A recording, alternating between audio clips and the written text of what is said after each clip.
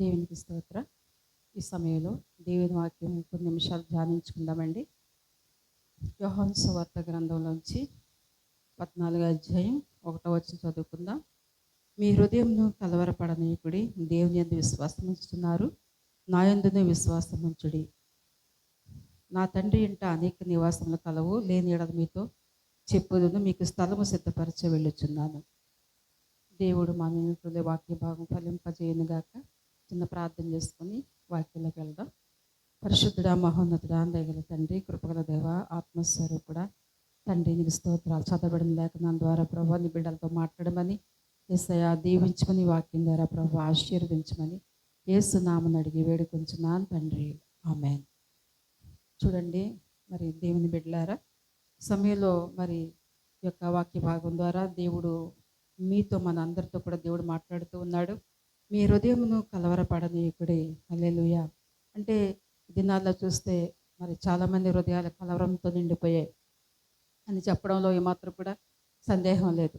మరి అనేక మంది వారి యొక్క కుటుంబ విషయాన్ని బట్టి, అనేకమైన సమస్యలను బట్టి, ఆర్థిక ఇబ్బందులను బట్టి మరి చాలామంది కృంగిపోయి బాధపడి మరి వేదనలో ఉన్నట్టుగా మరి దేవుడు పరిశుద్ధాత్మతో తెలియపరుస్తున్నాడు. అందుకని ఈ రోజున దేవుడు మీకు ఇచ్చినటువంటి మంచి వాగ్దానం ఏంటంటే, మీ హృదయంను కలవరపడనీయొద్దు అని దేవుడు మరి మిమ్మల్ని ధైర్యపరుస్తూ ఉన్నాడు ఈ దినాన. కాబట్టి చూడండి, కొంతమంది మరి బిడ్డలు లేక ఎంతో మరి సతమతమైపోతూ అనేకమైన హాస్పిటల్ తిరుగుతూ ఎంతో డబ్బు వ్యయపరిచి మరి అనేక రీతులుగా బిడ్డలు చాలామంది ఈ విధంగా బాధపడుతూ ఉన్నారు, హృదయంలో మానని వేదనలు. కాబట్టి దేవుడు ఈ దినాన మీతోనే మాట్లాడుతున్నారు. ఏమనంటే, మీ హృదయం కలవరపడనియద్దు. మరి మీకు సంతానం లేదేమో, దేవుడు మీకు సంతానం ఇవ్వబోతున్నాడు. మరి ఈ విషయంలో మీరు దేవుణ్ణి మరి అడగండి, ప్రార్థన చేయండి. ప్రభువు తప్పకుండా మీకు సహాయం చేస్తాడు. మరి నాకు తెలిసిన ఒక సహోదరి, ఆమె మరి అన్యజనురాలు, మరి ఆమె విగ్రహారాధికురాలు. అయితే ఆమెకి వివాహం అయ్యి 15 సంవత్సరాలు అవుతుందండి. అయితే ఆ సమయంలో ఆమె చాలా రకాలైన ప్రయత్నాలు చేశారు, చాలా మందులు వాడారు, అయినా వారికి సంతానం కలగలేదు. అయితే ఆమె ఎవరో సువార్త చెప్పడం ద్వారా మందిరానికి వచ్చింది. వచ్చినప్పుడు మరి ప్రార్థన చేయడం జరిగింది. ఆమె కోసం ప్రార్థన చేసినప్పుడు దేవుడు ఆమెకు సంతానం ఇస్తానని మరి ప్రవచనం ద్వారా దేవుడు మాట్లాడాడండి. అయితే ఆమె ఏం చేస్తుందంటే, ఇంకా ప్రభువుని నమ్ముకొని ప్రభువులో కొనసాగుతున్నారు, విశ్వాసంలో. అయితే వారి యొక్క బంధువులు, మరి తల్లిదండ్రులు, మరి వారి అత్తింటి వారు, పుట్టింటి వారు అందరూ కూడా ఈ క్రైస్తవ మతంలోకి కలిసిపోయావా అని చెప్పి ఆమెను చాలా మరి బాధ పెట్టారు. అయితే ఆమె అయితే అవేం పట్టించుకోలేదు.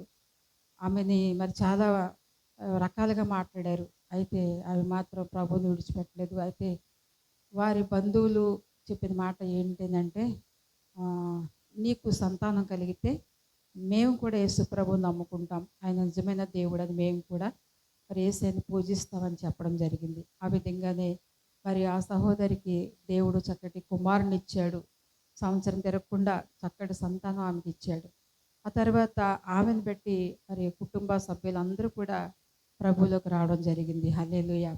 అయితే ఆమె ఎందుకు సంతానం లేక ఆమె హృదయంలో ఎంతో కలవరపడుతున్న సమయంలో మరి దేవుడు సన్నిధి ఆమెని దర్శించి ఆమెని మరి దేవుని సన్నిధికి నడిపించడం ద్వారా మరి ఆమె చక్కగా మరి మరి ఆమెకి సంతానం మరి కలగడం ద్వారా ఆమె హృదయంలో ఉన్నటువంటి వేదన, మానని వేదన తొలగిపోయి ఆమె హృదయంలో గొప్ప సంతోషం కలిగింది. దేవుడు నీకు సంతోషం, ఆశీర్వాదం ఇవ్వడానికే యేసయ్య ఈ దినాన పిలుస్తున్నాడు, నిన్ను మరి రమ్మని పిలుస్తున్నాడు. కాబట్టి నీ హృదయంలో ఎటువంటి వ్యాకులం ఉందో తొలగించుకోమని పరిశుద్ధాత్మ దేవుడు నీతో మాట్లాడుతున్నాడు. హల్లెలూయా. కాబట్టి ఏ విషయంలో కూడా మనం దిగులు పడనక్కర్లేదు, భయపడనక్కర్లేదు. మరి ప్రభువు తోడుగా ఉన్నాడు కనుక మీ హృదయంలో ధైర్యం కలిగి విశ్వాసంతో ఉండండి. అప్పుడు దేవుడి కార్యం మీ ఎడల జరుగుతుందని దేని వాక్యం దినాన చదివిస్తుంది. తర్వాత చూడండి, సామెతల గ్రంథం 4వ అధ్యాయం 21వ వచనం చదువుకుందాం. నీ కన్నుల ఎదుటి నుండి వాటిని తొలగిపోనీయకము, నీ హృదయమందు వాటిని భద్రము చేసుకునము. మరి ఏవి నీ కన్నుల ఎదుటి నుండి వేటిని తొలగనియొద్దని దేవుని వాక్యం సెలవిస్తుందంటే, దేవుని వాక్యం నీ యొక్క చెవులలో వినబడాలి. 5వ వచనం చూస్తే, నా కుమారుడా నా మాటలను ఆలకింపుము, నా వాక్యములకు నీ చెవి యొగ్గుము. దేవుని వాక్యం వినాలి. మరి వినినప్పుడు విశ్వాసం కలుగుతుంది. ఆ విశ్వాసమే నిన్ను ప్రభువులో స్థిరపరుస్తుంది. కనుక ఇక్కడ సామెతలకారుడు ప్రసంగి చెప్తున్న మాట ఏంటంటే, మరి సొలొమోన్ మహారాజు రాసినటువంటి ఈ సామెతల గ్రంథంలోంచి మనతో దేవుడు సూటిగా మాట్లాడుతున్నాడండి. దేవుని వాక్యానికి చెవి యొగ్గాలి. మరి దినాన్ని చూస్తే చాలామంది దురద చెవులు కలిగిన వారు ఉన్నారు. అన్నీ వింటారు కానీ దేవుని వాక్యం వినడానికి వారికి మనసు ఉండదు. అదే చెప్తున్నాడు, నా వాక్యాలకు మీరు చెవి యొగ్గాలి అని చెప్తున్నాడు. అయితే నీ కన్నుల ఎదుటి నుండి వాటిని తొలగిపోనీయకము, నీ హృదయమందు వాటిని భద్రం చేసుకున్నాము.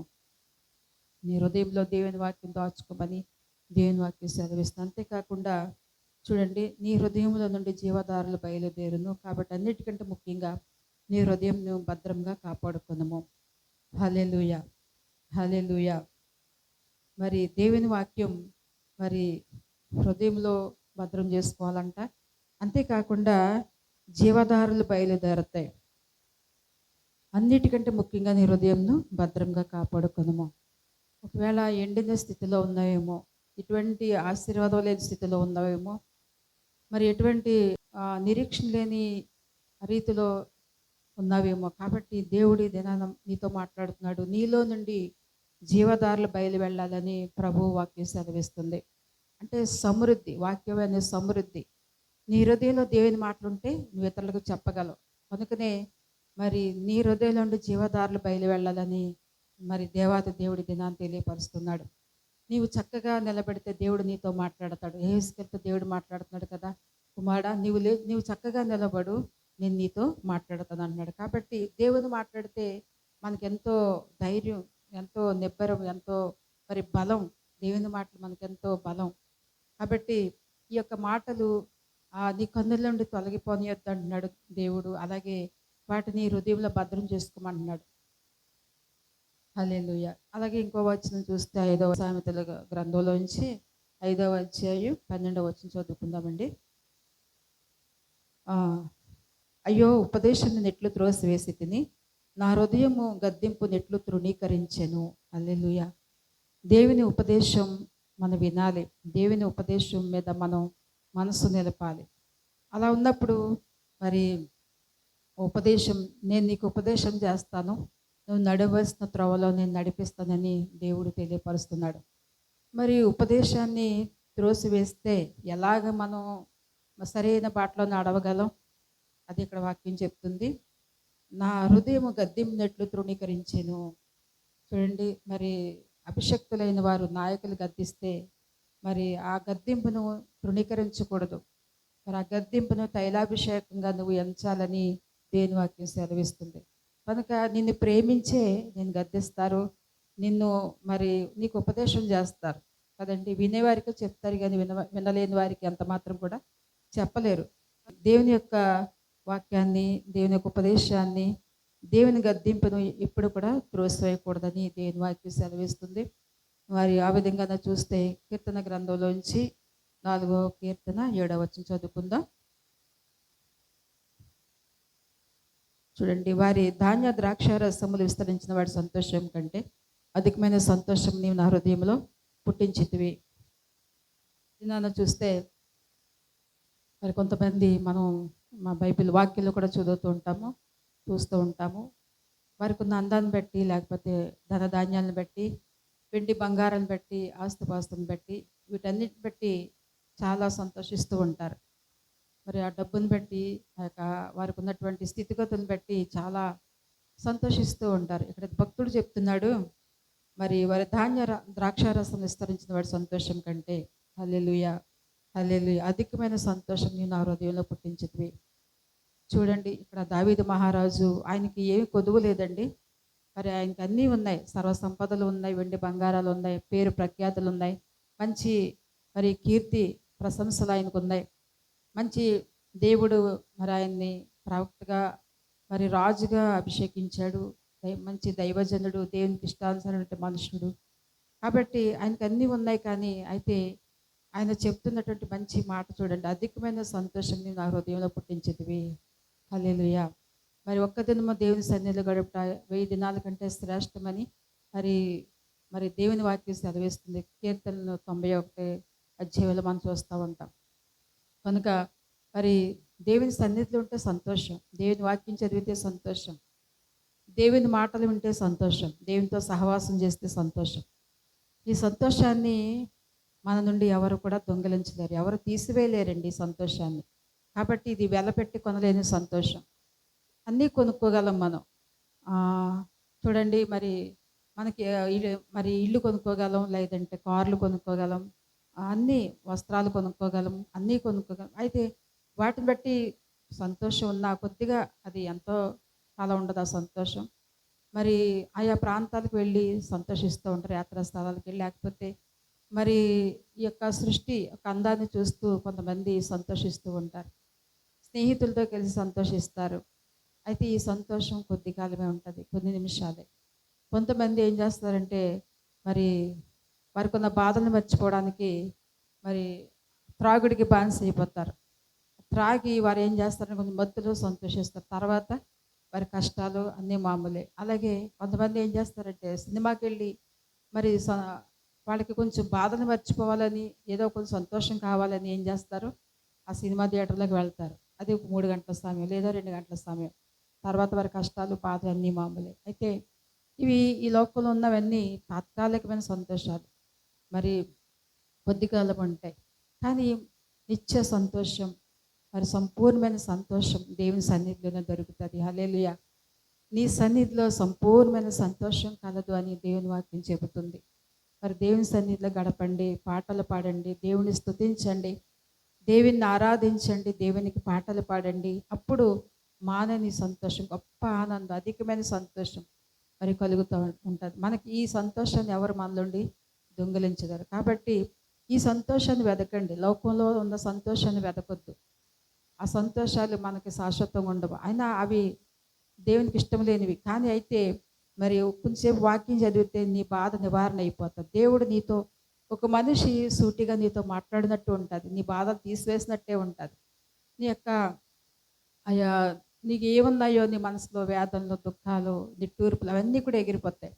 నీ నిట్టూర్పు నేను తొలగిస్తాను, దేవుడు మాట్లాడుతున్నాడు కదా. నీ దుఃఖానికి ప్రతిగా సంతోషాన్ని ఇస్తాను, మరి ఆనంద తైలాన్ని ఇస్తానని, నీ అవమానానికి ప్రతిగా రెట్టింపు సంతోషం కలుగుతుందని మరి వాక్యం సెలవిస్తుంది. కనుక నీవు మరి అధికమైన సంతోషం నీకు కావాలని అంటే దేవుని మాటలు ఎక్కువగా ఎంచాలి, దేవుణ్ణి ప్రధానంగా చేసుకోవాలి, దేవునికి ప్రాముఖ్యత ఇవ్వాలి.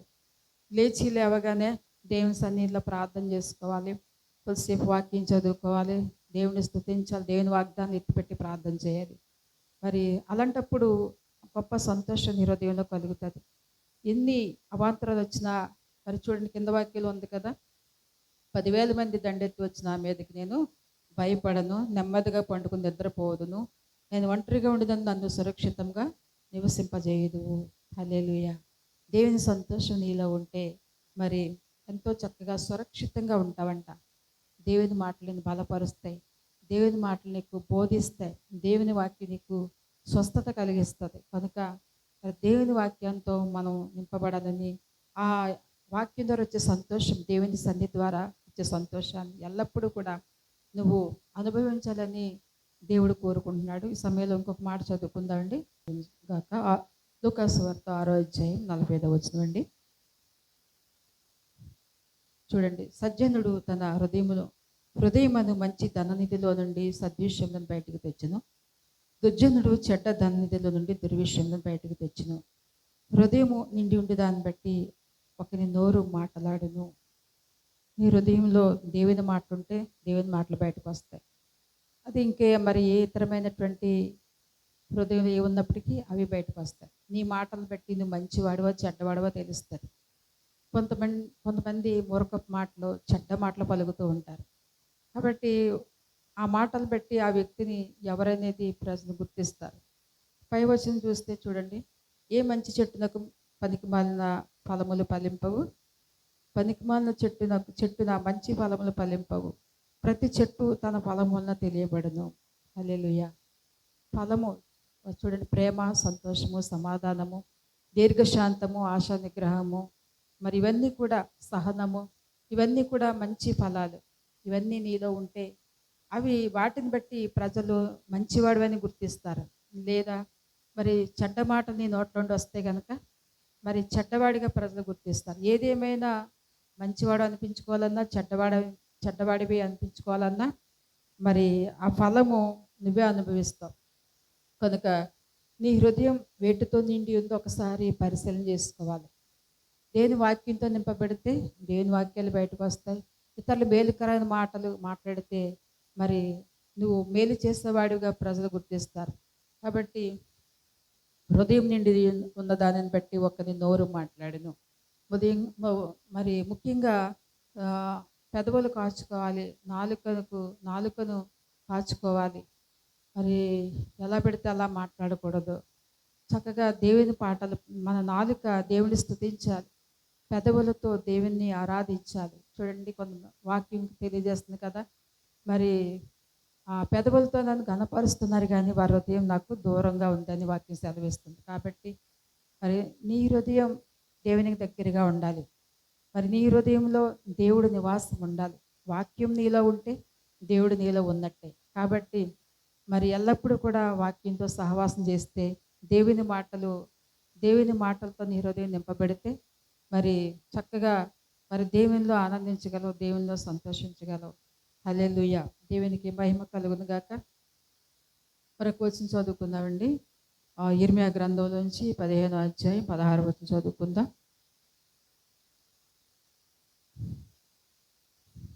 చూడండి, ఇర్మియా గ్రంథం 15వ అధ్యాయం 16వ వచనం చదువుకుందాం.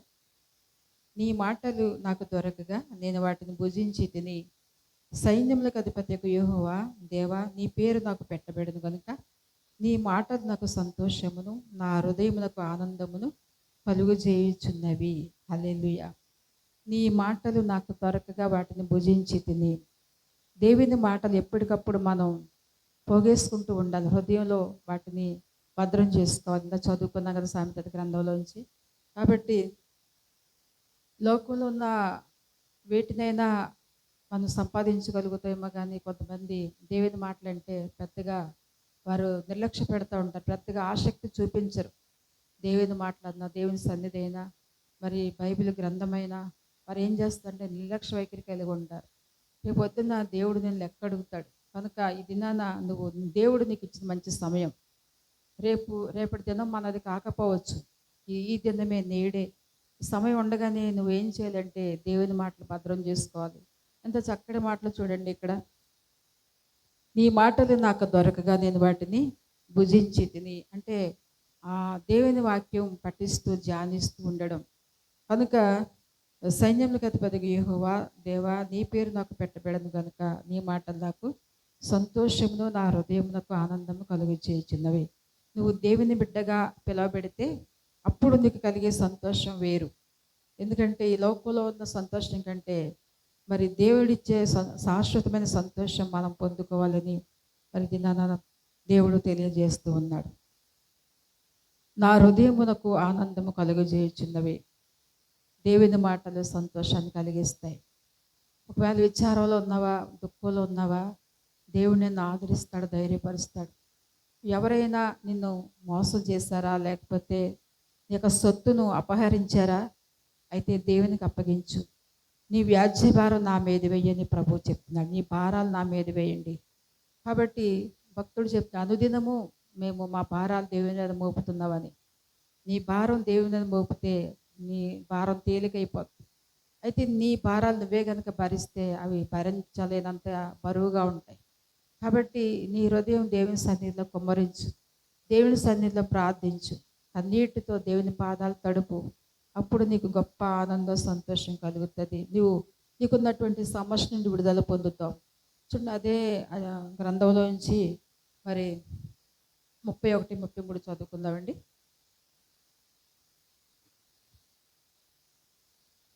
చూడండి, ఇక్కడ 33వ వచనం. ఈ దినములైన తర్వాత నేను ఇశ్రాయేలు వారితోనూ యోధా వారితోనూ చేయబో నిబంధన ఇదే. వారి మనసులలో నా ధర్మవిధి ఉంచేదను, వారి హృదయం మీద దాన్ని వ్రాసేదను.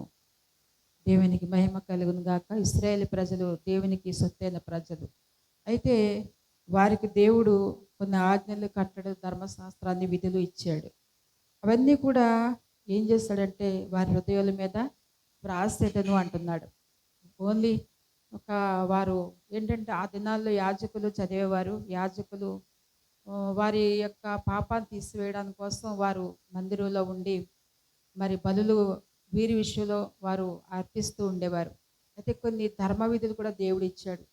అంటే తన ప్రజలు, దేవుని యొక్క ప్రజలు ఎలా పెడితే అలా నడవడం దేవునికి ఇష్టం లేదు.